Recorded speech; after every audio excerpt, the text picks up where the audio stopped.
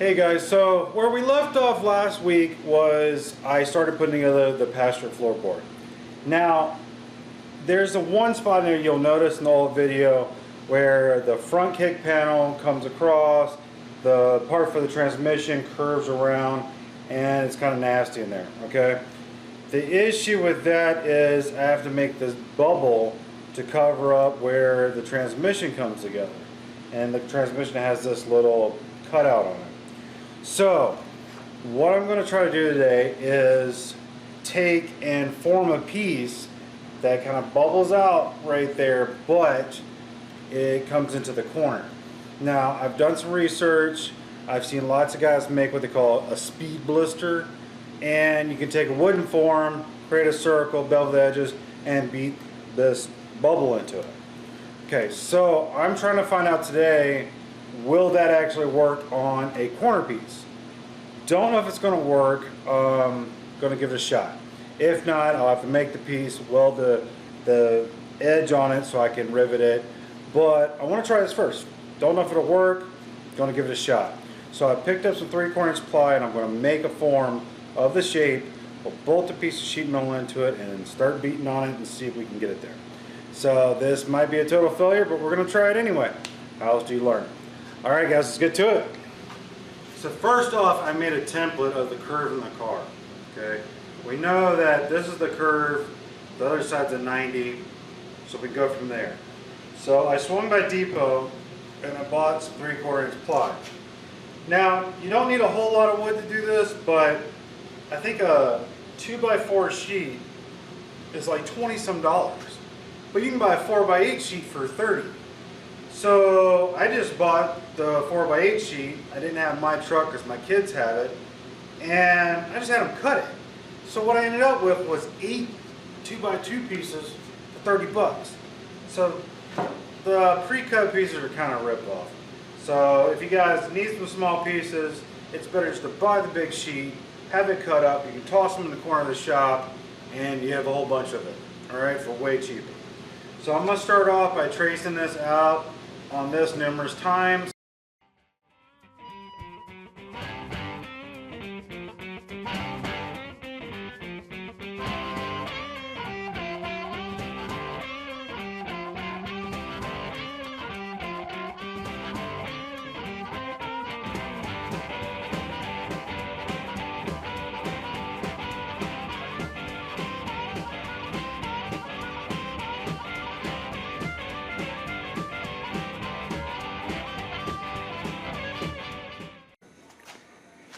So this is our form. Now this is the exact shape that we need. Now this is going to be the shape at the firewall. This is going to be the shape down the transmission tunnel.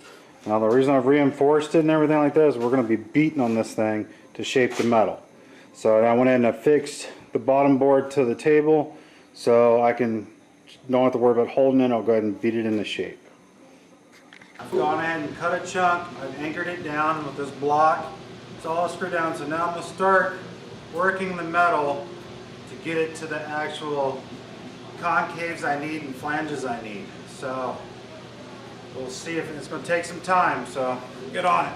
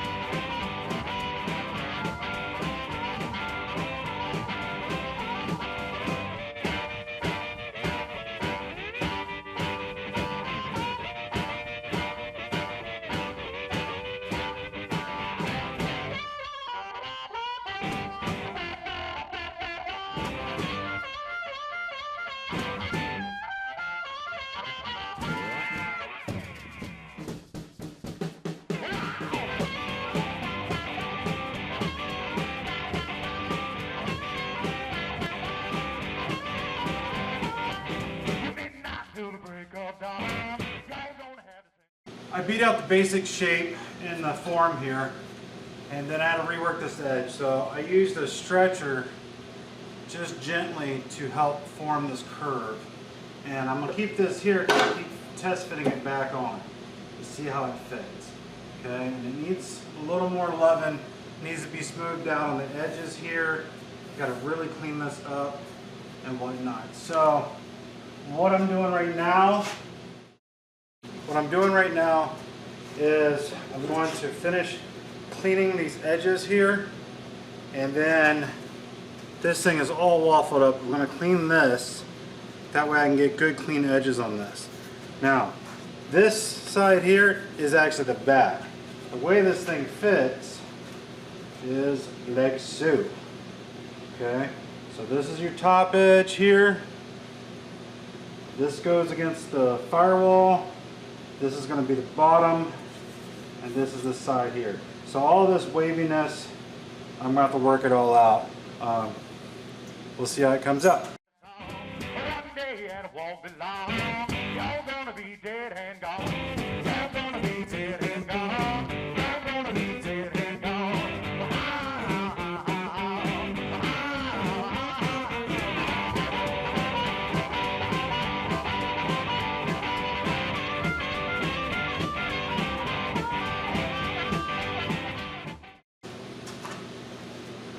Okay, so I've got all my flanges shaped the way I want, kind of banged them flat, smoothed them out, everything. Now, I'm gonna deal with all these dimples here. So, I have a sandbag, but that's not gonna take care of it. It really needs to have a dolly behind it and gently be worked. Plenishing hammer would be key right now. English wheel plenishing hammer would make this look awesome. So, I'm going to try to make it work with actually a set of body hammers. Chalking up a dolly in a vise and slowly tapping around, seeing if I can make it work like that. If not, I'm going to have to wait till I get a plenishing hammer, but let's see what happens.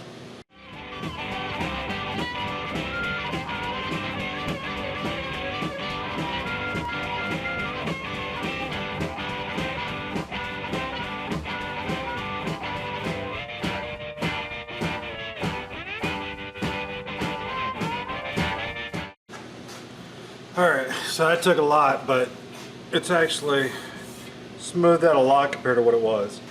Now, I don't like this line here.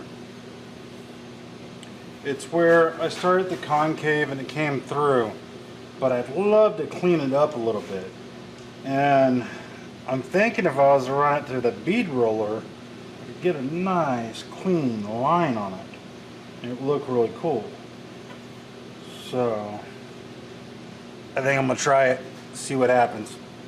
I mean, it has been like 6 hours of work, but I'm not going to be happy with it until it's got a clean line. So, try that now.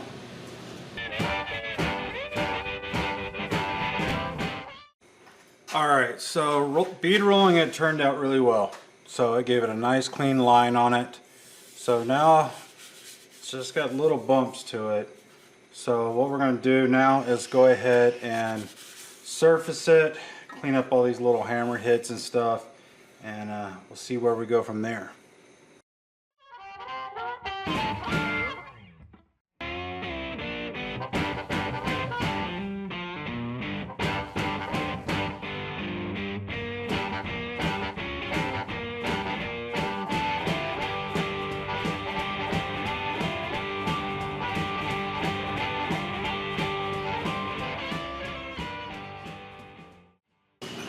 Alright guys, well it's all sanded and I hit it with a lighter one to polish it. So the last thing left to do is clean up these rough cuts, these hand cuts I have on it. Okay, so what I'm going to do is I'm using my son's belt sander, and I think I'm going to use it, we'll see if it works. Clean up these rough edges, so I'm going to try to just sand them, clean these up, make them nice and straight, and we'll go from there. I love it in the morning, I love it in the evening, I love it in the daytime, nighttime, any other time is the right time. Well, let's go ahead and test the piece before we put it in the car. Make sure it matches our fitting here. There we go. Matches our jig that we made. So now, panel's ready to go in. how she fits.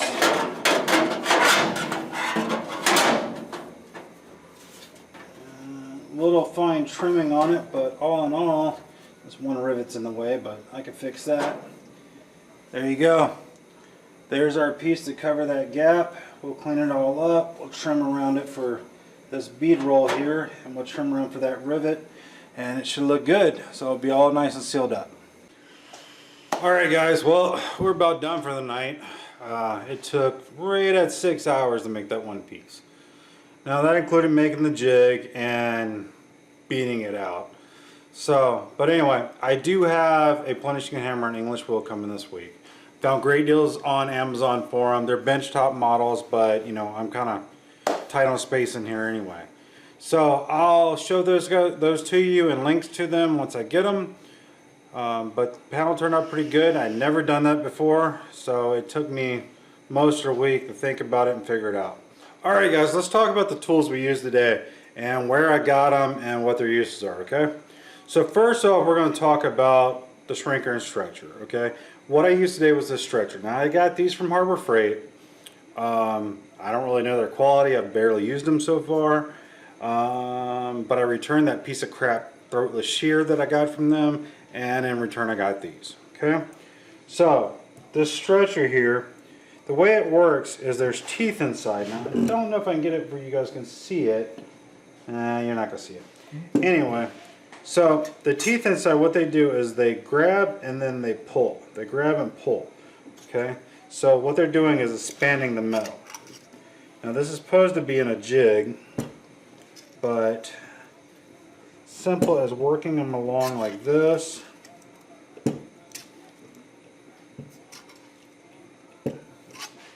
What it's going to do is it's slowly going to keep expanding the metal, making it wider and wider. So if you're working around a curve or something, that's what it's going to do. So if you want to make this piece curve around, you're going to use a stretcher and it's going to expand the metal on it. Now, if you're not doing a ton of sheet metal work, you're not trying to form your own pieces, there is no reason to buy these.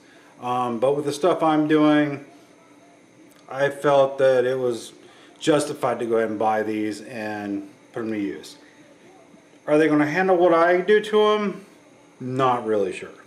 But hey, I can always take them back and get my money back, so we'll see from there. Alright, the next thing. Hammer and dolly. Okay, we talked about these last week. I used them this week because I have a plenishing hammer coming. Okay, this was my ghetto version of a plenishing hammer.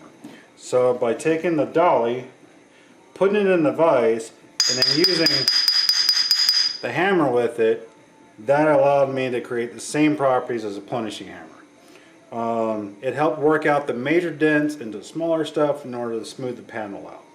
So once again, fender hammer set, sheet metal dollies and hammers, great tool to have. Alright, next one, rubber mallet. Now a lot of guys are going to have a fit that I used a rubber mallet, okay? I don't care. It worked great. When you got to move a piece of metal a long ways, doesn't leave dents, doesn't leave marks, and it really let me beat that panel into submission. Then I swapped to the other hammers to fine tune it. But the rubber mallet really helped me move it along. So this one here, God knows where it came from. It's older than my kids. They're like $8. You definitely should have a rubber mallet around the house. Okay.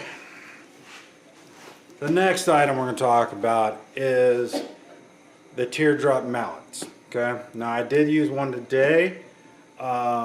It really helped making me stretch the metal. Okay, they did a great job at that. So I am really happy with the fact that I bought these. Now, this set here, I purchased at the show. Okay, this set cost me about 42 bucks. It's from Dagger Tools. It was really good setup. I've always wanted the leather pouch and the mallet for shaping steel, but it is definitely a good tool to have if you're going to hand shape metal. So if I was to take this, the reason the lead bag is there is so that I can work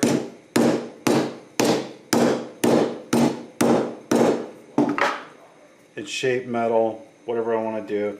The bag gives it that support, and it allows it, the bag will shape to whatever I'm beating it to, meanwhile it's providing support. So, leather bag and mallet, these guys are something that I wanted to have. If you're not hand shaping metal, you don't need to buy these. But I picked up a set for about 42 bucks. This is a 12-inch bag. They have lots of different ones. Now mallets, there's so many different mallets. This is probably one of the smaller ones actually. Now it gets much bigger than this. They range from $10 to about $42, depending on what size mallet you want, what shape. Okay, this is pretty much like your starter one. It did well, but I know over time I will be collecting more. This here is actually a Harbor Freight mallet. I bought this a while back. It's like $7, but it's too small. So anything I was doing today, this was like just putting dents in it. So unless you're working a real small piece, this mallet is not going to work for you. You're going to need a much bigger one. But all in all, it's alright tool. I mean, if I'm working a real tiny piece, yeah, it'd be great. But for what I was doing today, nah. Alright, so the last thing we're going to talk about today is the air tools I used. Okay, so there are a couple different air tools that you might have noticed that I was using throughout the day. Now, the first one we're going to talk about is the air nibbler. Okay, now these come in electric forms.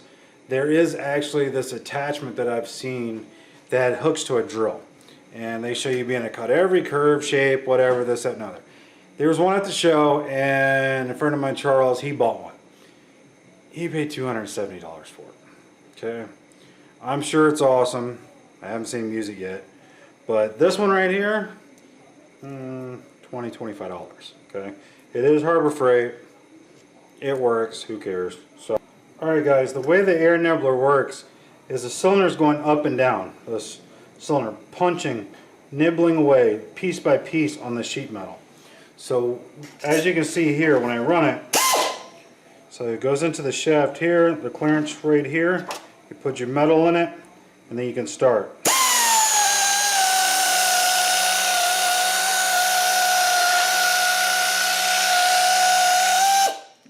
As you can see, you can cut any curve you want, and it is literally just these little horseshoe-shaped clippings that come out. Okay, it nibbles away, hence the name nibbler. Okay. It's a great tool to have around, whether you buy electric one, air one, whatever. It's a great tool if you got to cut some curves or just, you know, like little notches and stuff. It's a great tool to have. Next tool I'm talking about is the air shear. Now, these guys are available in electric versions, okay? So, the electric ones kind of look like a drill with a head on it, okay? But they all work the same way. Now they're great. I like them for cutting straight lines. People say you can cut curves out of them. Now they create these curly cues that come off. So you just have to trim those off as you go. But it also is a great tool. So the whole trick is knowing what angle to hold it at, because it can bind up. So sometimes you got to lift up, sometimes down. You just got to get through it.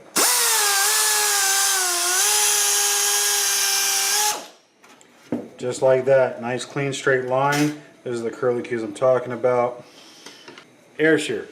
It's definitely a tool that I like having around when I'm working with sheet metal. When you don't feel like hand cutting a big panel, you can grab it, shear it right off, and a good tool to have. Harbor Freight, 25, 30 bucks, 40 max, but use a coupon, get it cheaper. Now, the last tool I'm going to talk about is die grinder. Now, you saw me use it for surfacing that panel when I was trying to sand it, whatnot. Okay, this guy here is a 90-degree die grinder. Okay, so what I've got is an attachment on it, and there's attachments for surfacing pads. Okay, this one on here is a quartz pad. Now, just as easy as twisting it counterclockwise, it comes right off. I can put a sanding pad on it, and just like that, twist it off.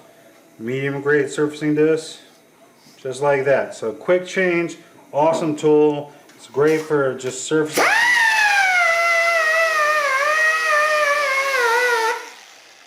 just like that. Now they make these in straights, but with the stuff I'm doing, a 90 degree is much more comfortable and helps me get where I need to be. Harbor Freight again, I think I got that one for 20 bucks. So, oil them, they'll last you. A lot of guys will buy expensive air tools. And I can understand that if you make your living with it. I don't. So, for the average guy in the garage, Harbor Freight air tools are going to work for you. Just keep them oiled.